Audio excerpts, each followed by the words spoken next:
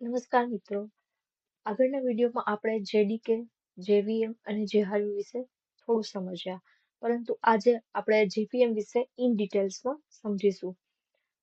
તો આજે આપણે કવર કરીશું કે જેવીએમ શું છે, એમનું architecture, class loading, class loader hierarchy, run time data areas, heap memory, execution engine, JIT compilation, garbage collector અને ચીટ. ઓકે, તો સૌપ્રથમ આપણે સમજીએ કે જેવીએમ શું છે.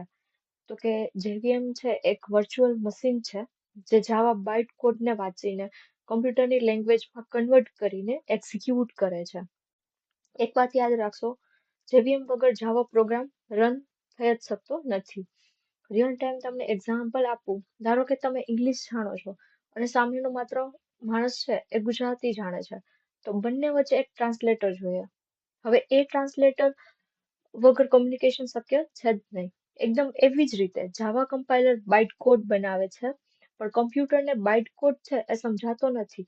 કમ્પ્યુટરને માત્ર મશીન લેંગ્વેજ સમજાય છે. ત્યારે આવે છે જેવીએમ, જે બાઇટ કોડને મશીન ઇન્સ્ટ્રક્શનમાં એક્ઝિક્યુટ કરે છે. ઓકે, એમાં છે રાઇટ વન્સ રન એનીવેર. આ એક જાવાનું સૌથી એક ફેમસ લાઈન છે, રાઇટ વન્સ રન એનીવેર. પણ આ પોસિબલ કેવી રીતે છે? ધારો કે તમે કોઈ પ્રોગ્રામ વિન્ડોઝ પર કમ્પાઇલ થયો, એમાંથી ડોટ ક્લાસ ફાઇલ બની. હવે એ જ ડોટ ક્લાસ ફાઇલ લિનક્સ પર બી રન થાય, મેક ઓએસ પર રન થાય. શા માટે? કારણ કે દરેક ઓપરેટિંગ સિસ્ટમ પાસે પોતાની જેવીએમ હોય છે. વિન્ડોઝ, લિનક્સ, મેક, આ દરેકની જેવીએમ અલગ અલગ હોય છે. તે ત્રણેય બાઇટ કોડ સમજે છે. આ કારણે જાવા પ્લેટફોર્મ ઇન્ડિપેન્ડન્ટ પણ કહેવાય છે. હવે આપણે એનું આર્કિટેક્ચર જે છે એ સમજીએ. આપણે આજે આ બધું કવર કરવાના છે. ક્લાસ લોડર સબ સિસ્ટમ, જેમાં લોડર, લિંકિંગ, ઇનિશિયલાઇઝેશન, પછી છે run time data areas, method area, heap, stack, PC register, native stack, પછી છે એક્ઝિક્યુશન એન્જિન, જે ઇન્ટરપ્રિટર, જેઆઈટી કમ્પાઇલર અને ગાર્બેજ કલેક્ટર જે છે એ આપણે આ વિડીયોઝમાં શીખીશું. યસ, તો સૌથી ઇમ્પોર્ટન્ટ પાર્ટ, જેવીએમ આર્કિટેક્ચર. જ્યારે પ્રોગ્રામ રન થાય છે ત્યારે જેવીએમ અંદર 3 મોટા ભાગમાં કામ કરે છે: class loader, run time data area અને એક્ઝિક્યુશન એન્જિન. હવે એમાં પાર્ટ 1 છે, એ છે ક્લાસ લોડર લોડિંગ પ્રોસેસ. તો સૌથી પહેલા પાર્ટ 1, ક્લાસ લોડર. સૌથી પહેલા જેવીએમ પ્રોગ્રામની ડોટ ક્લાસ ફાઇલ શોધે છે અને એને મેમરીમાં લોડ કરે છે. આ કામ કરે છે ક્લાસ લોડર. જ્યારે આપણે કહીએ જાવા મેઇન, ત્યારે મેઇન ડોટ ક્લાસ મેમરીમાં આવે છે, પણ સીધું રન નથી થતું. તે પહેલા 3 પ્રોસેસ થાય છે. તો પહેલી પ્રોસેસ છે લોડિંગ. તો લોડિંગમાં જેવીએમ ડોટ ક્લાસ ફાઇલ વાંચે છે, એને મેમરીમાં મૂકે છે. જેમ લાઇબ્રેરીમાંથી બુક લાવો પણ હજી સુધી વાંચી નથી, તમે ટેબલ પર મૂકો છો, એ જ કામ છે લોડિંગનું. એવું જ કંઈક કામ છે લોડિંગનું. ઓકે, બીજું જે છે તે લિંકિંગ. લોડિંગ પછી આવે લિંકિંગ. હવે આ 3 ભાગમાં થાય. First is verify.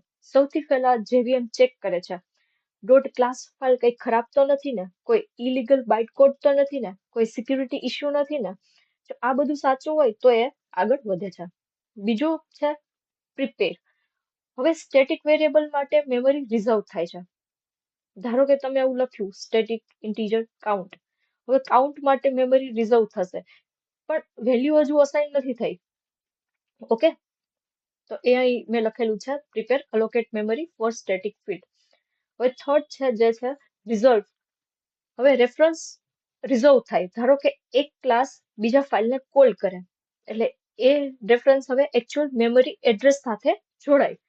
તો એ વસ્તુ જે છે એ થઈ ગઈ લિંકિંગ. હવે થર્ડ જે છે એ છે ઇનિશિયલાઇઝ. આ છેલ્લો સ્ટેપ છે. અહીં સ્ટેટિક વેરિયેબલને એકચ્યુઅલ વેરિયેબલ મળે છે અને સ્ટેટિક બ્લોક એક્ઝિક્યુટ થાય છે. ધારો કે તમે લખ્યું કે static integer x equal to 10 અને સ્ટેટિક, અને એ બ્લોકમાં તમે કઈ વસ્તુ હેલો પ્રિન્ટ કરાવી છે. તો પ્રોગ્રામ પહેલા રન થાય એ પહેલા આ બંને એક્ઝિક્યુટ થાય, ત્યાર પછી મેઇન મેથડ આવે. Okay, yes. તો હવે એક પ્રશ્ન થાય કે ક્લાસ લોડર પણ કેટલા હોય તો કે 3. ફર્સ્ટ છે એ બુટસ્ટ્રેપ ક્લાસ લોડર છે, સેકન્ડ છે પ્લેટફોર્મ ક્લાસ લોડર અને થર્ડ છે એપ્લિકેશન ક્લાસ લોડર. ઓકે, તો બુટસ્ટ્રેપ ક્લાસ લોડર જે છે એ સૌથી પહેલો લોડર છે. આ જાવાની કોર ક્લાસીસ લોડ કરે છે, જેમ કે સ્ટ્રિંગ, ઓબ્જેક્ટ, ઇન્ટીજર, સિસ્ટમ, આ બધું જે છે એ બુટસ્ટ્રેપ લોડર લોડ કરે છે. ઓકે, સેકન્ડ જે છે એ છે પ્લેટફોર્મ ક્લાસ લોડર. આ જાવાની એડિશનલ લાઇબ્રેરી લોડ કરે છે જે પ્લેટફોર્મ મોડ્યુલ્સમાં હોય. ઓકે, થર્ડ જે છે એ છે એપ્લિકેશન ક્લાસ લોડર. આ એક સૌથી મહત્વનો છે, કારણ કે આપણો કોડ લોડ કરે છે. Main dot class, employ dot class, student dot class, આ બધું આ જ લોડર લોડ કરે છે. ઓકે, હવે આ જે મોડલ થયું ને એને કે પેરેન્ટ ડિલિગેશન મોડલ. અહીં ઇન્ટરવ્યુમાં એક ક્વેશ્ચન આવે, જો એપ્લિકેશન લોડરને સ્ટ્રિંગ ક્લાસ જોઈએ તો શું એ પોતે લોડ કરશે? તો એ પોતે લોડ નહીં કરે. એ સૌ પ્રથમ પૂછશે બુટસ્ટ્રેપને. જો બુટસ્ટ્રેપ પાસે એ ક્લાસ લોડર હોય તો બુટસ્ટ્રેપ લોડ કરશે, નહીં તો પેરેન્ટથી પાછું આવશે. તો આને કહેવાય પેરેન્ટ ડિલિગેશન મોડલ. એટલે કે કોઈ હેકર પોતાની fake string dot class file બનાવીને ઓરિજિનલ સ્ટ્રિંગમાં રિપ્લેસ નથી કરી શકતો. તો આ એક જાવાની સિક્યુરિટી છે. Okay, yes. સો હવે છે run time data area. Class loader થઈ ગયો, હવે મેમરી જોઈએ. આ મેમરી જેવીએમ આપે, આને કહેવાય રન ટાઈમ ડેટા એરિયા. તો અહીં 5 મેમરી એડ્રેસ હોય. ઓકે, ફર્સ્ટ જે છે એ છે મેથડ એરિયા. તો અહીં સ્ટોર થાય. અહીં શું સ્ટોર થાય તો કે class information, method information, static variable, run time constant pool. હું તમને રિયલ ટાઈમ એક્ઝામ્પલ આપું તો ધારો કે તમારી સ્કૂલની ફાઇલ કેબિનેટ છે, આ બધા ટીચરની ઇન્ફોર્મેશન ત્યાં રહે, તો એવું જ છે મેથડ એરિયા. ઓકે, નેક્સ્ટ જે છે એ છે હીપ મેમરી. આ સૌથી મોટી મેમરી છે અને સૌથી ઇમ્પોર્ટન્ટ પણ, કેમ કે જાવામાં જેટલા બી બધા ઓબ્જેક્ટ બનાવેલા છે એ હીપમાં સ્ટોર થાય. ધારો કે તમે કોઈ ઓબ્જેક્ટ બનાવો, student S equal to new student. Student object ક્યાં જશે તો કે હીપ મેમરીમાં જશે. આ બધું ઇન્ટરવ્યુમાં પૂછાય છે, થોડુંક ધ્યાન રાખજો. હવે છે જેવીએમ સ્ટેક. દરેક થ્રેડ હોય એને પોતાની સ્ટેક હોય છે. થ્રેડ સમજાતો નથી તો એ પાછળના ટોપિકમાં હું કવર કરીશ કે થ્રેડ શું છે, પણ અત્યારે હાલ પૂરતું એટલું યાદ રાખો કે સ્ટેક જે છે એ પ્રોસેસની અંદર એક સિંગલ થ્રેડ એટલે કે સિંગલ યુનિટ પ્રોસેસ છે જે પ્રોસેસની અંદર આવેલો છે. ઓકે, તો દરેક થ્રેડ છે એને પોતાની સ્ટેક હોય.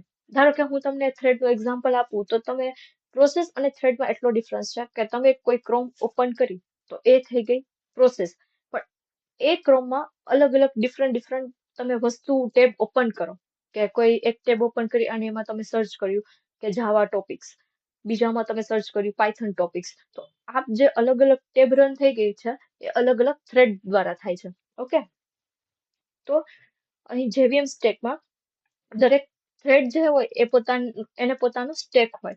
દરેક મેથડ કોલ માટે આ એક સ્ટેક ફ્રેમ બને છે. ઓકે, ધારો કે તમે મેઇન મેથડ હોય, મેઇન મેથડની અંદર લોગિન હોય, લોગિનની અંદર સેવ હોય, તો સ્ટેકમાં first of all save, login, main આ ફ્રેમ બધી રહેશે, અને મેથડ જ્યારે કમ્પ્લીટ થઈ જાય ત્યારે એ બધી ફ્રેમ રિમૂવ થઈ જાય, અને ઈ છે એ લીફો રૂલ યુઝ કરશે. LIFO means last in first out. Okay, હવે નેક્સ્ટ જે છે એ છે પીસી રજિસ્ટર.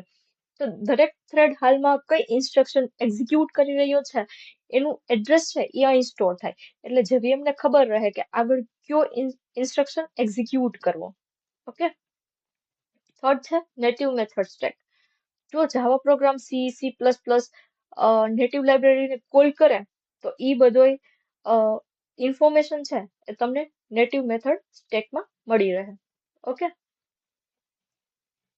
યસ. હવે છે હીપ મેમરી. તો હીપ મેમરીને આપણે ડિટેલ્સમાં સમજીએ તો હીપ મેમરી એ 3 ભાગમાં વહેંચાયેલો હોય. ફર્સ્ટ ઓફ ઓલ છે ઈડન સ્પેસ. જ્યારે તમે કોઈ નવો ઓબ્જેક્ટ બનાવો તો ઈ સૌથી પહેલા ઈડનમાં આવે. એને આ જે આર્કિટેક્ચર છે અહીં એને કહેવાય યંગ જનરેશન અને આ છે ઓલ્ડ જનરેશન. હવે યંગ જનરેશનમાં આવેલું છે ઈડન. ઓકે, તો જ્યારે નવું ઓબ્જેક્ટ બને તો એ સૌથી પહેલા આવે ઈડનમાં. ફોર એક્ઝામ્પલ તમે ઓબ્જેક્ટ બનાવ્યો new student, new employ, new string, તો આ બધું ઈડનમાં આવે. હવે છે સર્વાઈવર. તો જો ઓબ્જેક્ટ હજુ પણ ઉપયોગમાં આવતો હોય તો ગાર્બેજ કલેક્ટર એને સર્વાઈવરમાં મોકલે છે.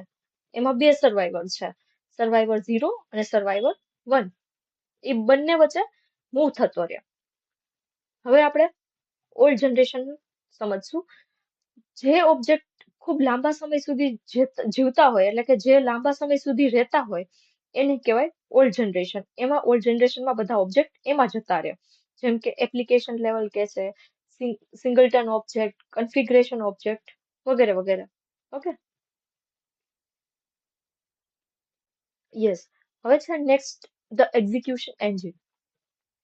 તો હવે બધું તૈયાર છે, હવે પ્રોગ્રામને ખાલી એક્ઝિક્યુટ કરવાનો છે.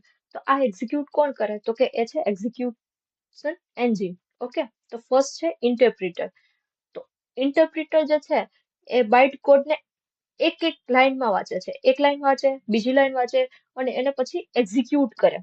એટલે આનાથી ફાયદો શું થાય? તો કે ઝડપથી સ્ટાર્ટ થાય અને નુકસાન બી કાંઈ તો હોય તો એક જ કોડ છે એ વારંવાર ટ્રાન્સલેટ કરે, એટલે જે પ્રોસેસ છે એ સ્લો બને. ઓકે, તો આ કામ છે ઇન્ટરપ્રિટર. ઇન્ટરપ્રિટર મીન્સ એક એક લાઈન પછી લાઈન કોડ એક્ઝિક્યુટ કરે, એ વાંચે અને પછી એક્ઝિક્યુટ કરે. ઓકે, નેક્સ્ટ છે JIT compiler. JIT means just in time compiler. જો JVM ને લાગે કે આ મેથડ હજારો વખત કોલ થાય છે તો ઇન્ટરપ્રિટર બંધ થઈ જાય અને JIT એક મેથડને મશીન કોડમાં કમ્પાઇલ કરી દે, પછી ડાયરેક્ટ મશીન કોડ એક્ઝિક્યુટ થઈ જાય, એટલે કે પ્રોગ્રામ ખૂબ ફાસ્ટ થઈ ગયો. ધારો કે તમારો કોઈ પ્રોગ્રામ છે, ફોર એક્ઝામ્પલ સ્ટુડન્ટ. હવે આપણે એના માર્ક્સ જે છે એ વારંવાર આપણે ગેટ કરાવીએ છીએ કે પર્ટિક્યુલર સ્ટુડન્ટને કેટલા માર્ક્સ આવ્યા, હવે બીજો સ્ટુડન્ટ છે એને કેટલા માર્ક્સ આવ્યા. તો જે ગેટ માર્ક્સ નામનો જે મેથડ છે એ વારંવાર કોલ થાય છે. તો એ જે વારંવાર મેથડ જે કોલ થતી હોય એ ઇન્ટરપ્રિટર ના કરે. જો ઇન્ટરપ્રિટર કરે તો એને વારંવાર વધારે સમય લાગે. એના કરતા એ કરશે JIT. Okay, just in time compiler. આ મેથડ બહુ ગેટ માર્ક્સ મેથડ છે, 1000 વખત કોલ થાય છે તો ઇન્ટરપ્રેટર બંધ થઈ જાય અને એ એક્ઝિક્યુટ થાય JIT કમ્પાઇલર દ્વારા, એટલે પ્રોગ્રામ છે એ ખૂબ ફાસ્ટ થઈ જાય. ઓકે, હવે તમને રિયલ ટાઈમ એક્ઝામ્પલ આપું કે તમે રોજ ઓફિસ જાઓ, પહેલા દિવસે તમે ગૂગલ મેપ ખોલો, બીજે દિવસે પણ, ત્રીજે દિવસે પણ, અને 1 મહિના પછી તો કે એ હવે રસ્તો યાદ થઈ જાય, તમારે ગૂગલ મેપની જરૂર નથી. તો એવી જ રીતે ઇન્ટરપ્રિટર શરૂઆતમાં આવી રીતે કામ કરે, પણ વારંવાર ચાલતો કોડ છે એ JIT કમ્પાઇલ કરી દે, એટલે જાવા ફાસ્ટ બને. નેક્સ્ટ જે છે એ છે ગાર્બેજ કલેક્ટર. ગાર્બેજ એટલે શું? તો કે કચરો. કલેક્ટર એટલે ભેગો કરવો. તો જાવામાં ફ્રી અને ડિલીટ આ મેથડ કોઈ લખવાની જરૂર નથી. આ બધું સીમાં અને C++માં આવે છે. અહીં JVM પાસે ગાર્બેજ કલેક્ટર છે. ધારો કે તમે student S equal to new student, અહીં સ્ટુડન્ટ નામનો તમે ઓબ્જેક્ટ બનાવ્યો અને S ઇક્વલ ટુ તમે નલ કરી દો છો, એટલે આ ઓબ્જેક્ટને હવે કોઈ રેફરન્સ નથી. રેફરન્સ નથી મીન્સ આ એક ગાર્બેજ થઈ ગયો. તો અહીં ગાર્બેજ કલેક્ટર આવે અને ઈ મેમરી ફ્રી કરી દે. ધારો કે તમે કોઈ કચરો પડ્યો છે ઘરમાં અને એ કચરાને તમે ફેંકી દો છો, તો એ જગ્યા જે છે એ તમે કંઈક બીજું કંઈક સ્ટોર કરવા માટે યુઝ કરી શકો છો. તો સેમ વસ્તુ અહીં છે. તમને રિયલ ટાઈમ એક્ઝામ્પલ આપું તો તમારા રૂમમાં જૂના બોક્સ પડ્યા છે, હવે કાંઈ ઉપયોગમાં નથી અને તમે એને ક્લિનિંગ કરો છો, એટલે કે ગાર્બેજ કલેક્ટ કરો છો, તો તમે એ બોક્સને બહાર મૂકી દો છો. તો એ જ કામ છે એ JVM ગાર્બેજ કલેક્ટર કરે છે. હવે હું તમને આખો JVM નો જે છે એ ફ્લો સમજાવું. તો એક જાવા ફાઇલ, એટલે કે એમાં જાવા કોડ હોય. હવે કોઈ ફાઇલનું નામ છે આપણે hello world.java. આ જાવા ફાઇલ છે એ કન્વર્ટ થશે જાવા C માં. ઓકે, કમ્પાઇલ થઈને જાવા C. હવે કમ્પાઇલ થઈ જશે એટલે ડોટ ક્લાસ ફાઇલમાં કન્વર્ટ થઈ જશે. પછી આવે JVM. JVMમાં પછી આવે ક્લાસ લોડર, જે લોડ કરે. એના પછી આવે રન ટાઈમ ડેટા એરિયા, એટલે કે હીપ, સ્ટેક એ બધું. પછી આવે એક્ઝિક્યુશન એન્જિન. ઓકે, પછી આવે ઇન્ટરપ્રિટર, પછી આવે JIT કમ્પાઇલર, દેન મશીન કોડ, દેન CPU એક્ઝિક્યુટ અને ગાર્બેજ કલેક્ટર જે મેમરી ક્લીન કરે. ઓકે, તો આ એક એનો ફ્લો છે. તો આ ફ્લો મેં તમને અહીં સમજાવી દીધો. યસ, હવે અહીં ગાર્બેજ કલેક્ટર ચૂઝિંગ મતલબ એ આ કયો ગાર્બેજ કલેક્ટર યુઝ કરવો ક્યારે એ આપેલું છે. So first of all collector છે serial GC, serial garbage collector. એ ક્યારે ઉપયોગ થાય તો કે કોઈ સિંગલ થ્રેડેડ વસ્તુ છે એ કરવું છે ત્યારે તમે એનો ઉપયોગ કરી શકો છો. જેમ કે કોઈ નાનકડી એપ હોય સિંગલ કોર મશીનમાં, ત્યારે તમે સિરિયલ જીસી નો ઉપયોગ કરો છો. આ એક ગાર્બેજ કલેક્ટરના ટાઈપ છે કે serial GC, parallel GC, G1 GC, Z GC. હવે પેરેલલ છે એ મલ્ટી થ્રેડેડમાં ઉપયોગ થાય છે. એટલે કે તમારે કોઈ મલ્ટી થ્રેડ એટલે એક સાથે બહુ બધું કામ કરવાના હોય છે ત્યારે તમે એનો ઉપયોગ કરો છો. G1 એટલે કે ઈ એક રિજિયન બેઝડ હોય છે. મોસ્ટલી તમે કન્કરન્ટ પ્રોજેક્ટ, કન્કરન્ટ એપ્લિકેશન હોય ત્યાં તમે એનો ઉપયોગ કરતા હોય છે. તો એ આપેલું છે કે જાવા 9+ થી તમે G1 જીસી નો ઉપયોગ કરો છો.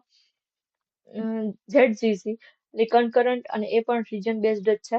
મોટા ભાગે હીપ અને આ જે લેટન્સી સેન્સિટિવ એપ્સ છે એમાં તમે આનો ઉપયોગ કરતા હોય છો. આ આપણે અલગથી વિડીયો બનાવશું. આજ માટે આટલું જ યાદ રાખો. યસ, અને આ જે છે એ ટૂલ્સ જે છે કે JVM ના ફ્લેગ્સ છે કે તમે ડેસ XMS અથવા તો XMX તમે કરો તો એનો મતલબ થાય કે તમારે કોઈ મેક્સિમમ હીપની સાઇઝ ઇનિશિયલાઇઝ કરવી, સેટ કરવી છે એના માટે ઉપયોગ થાય છે. પછી આ અલગ અલગ બધા કોડ આપેલા છે, કમાન્ડ છે કમાન્ડ કહેવાય આને, કે જે તમારે અહીં આ જે કમાન્ડ છે એ જીવન ગાર્બેજ કલેક્ટર ચૂઝ કરવા માટે થાય છે. આ છે તમારે GC ની જે લોગ ડિટેલ છે એના માટે થાય છે. આ તમારે થ્રેડની સ્ટેક સાઇઝ જે છે એ નક્કી કરવા માટે XSS નો ઉપયોગ થાય છે. એ રીતે આ પણ એક CLI ટૂલ્સ આપેલા છે. તો એ બધું આપણે આગળ ડિટેલ્સમાં જોઈશું. Okay, thank you.